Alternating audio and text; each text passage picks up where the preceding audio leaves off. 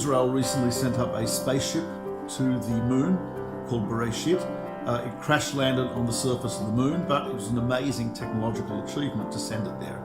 The Hebrew word, the modern Hebrew word for spaceship, obviously there's no biblical Hebrew word for spaceship, but the modern Hebrew word spaceship is chalalit, which comes from the word halal. Halal in biblical Hebrew means a space, an empty space, something devoid of something. For example, a corpse is called a halal because it has been emptied of life.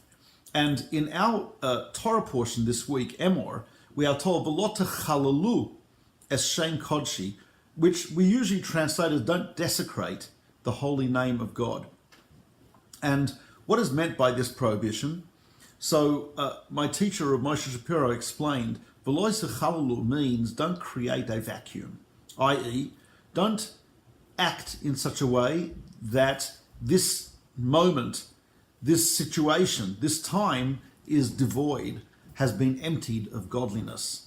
Every time we act in a certain way, we can either fill that space with godliness, that's what we call Chillul Hashem, or we can evacuate and suck out, so to speak, the godliness from that moment, that place, that situation. That's called Chillul Hashem, a vacuum, an absence of the presence of God. Now, obviously, God's presence fills all of time and space equally. Otherwise, time and space could not exist.